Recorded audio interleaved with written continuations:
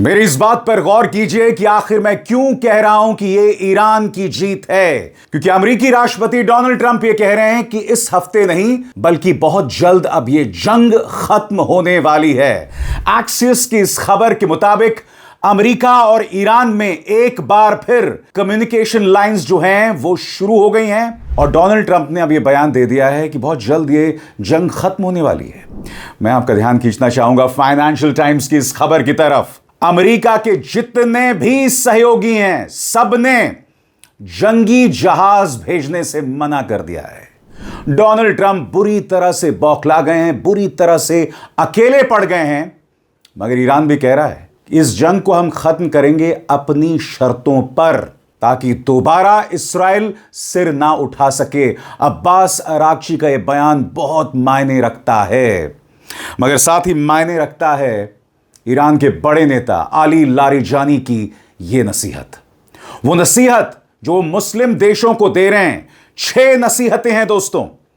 यह संदेश है उन तमाम मुस्लिम देशों के लिए जो दोहरे मापदंड अपनाते हैं, जो अमेरिका का साथ भी देते हैं और इस्राएल की आलोचना भी करते हैं। लारिजानी उन्हें नसीहत दे रहे हैं। मगर उससे पहले आपके लिए जानना बहुत जरूरी है कि ईरान ने अमेरिका और इस्राएल पर हमले की 55वीं लहर शुरू कर दी है। यानी कि ईरान अब भी पीछे नहीं हट रहा है, वो लगातार हमले कर रहा है। बगदाद से लेकर दुबई तमाम जगहों पर अमेरिकी बेसिस पर अब भी निशाना साध रहा है। और हां, उसकी जमीन पर भी इस्राएली मिसाइलें गिर रही हैं, अमेरिकी मिसाइलें गिर रही हैं, बॉम्ब फट रहे हैं। मगर फिर भी वो पीछे नहीं हट रहा है।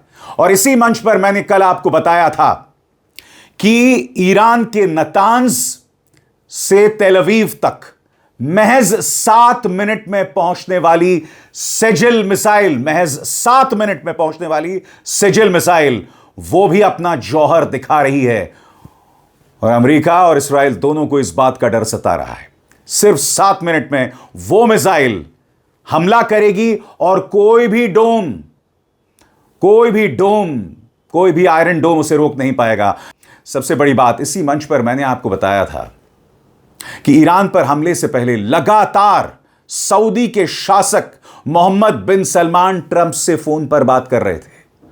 कुछ मीडिया रिपोर्ट्स के मुताबिक वो ट्रंप से इस बात की अपील कर रहे थे कि आप ईरान पर हमला कीजिए।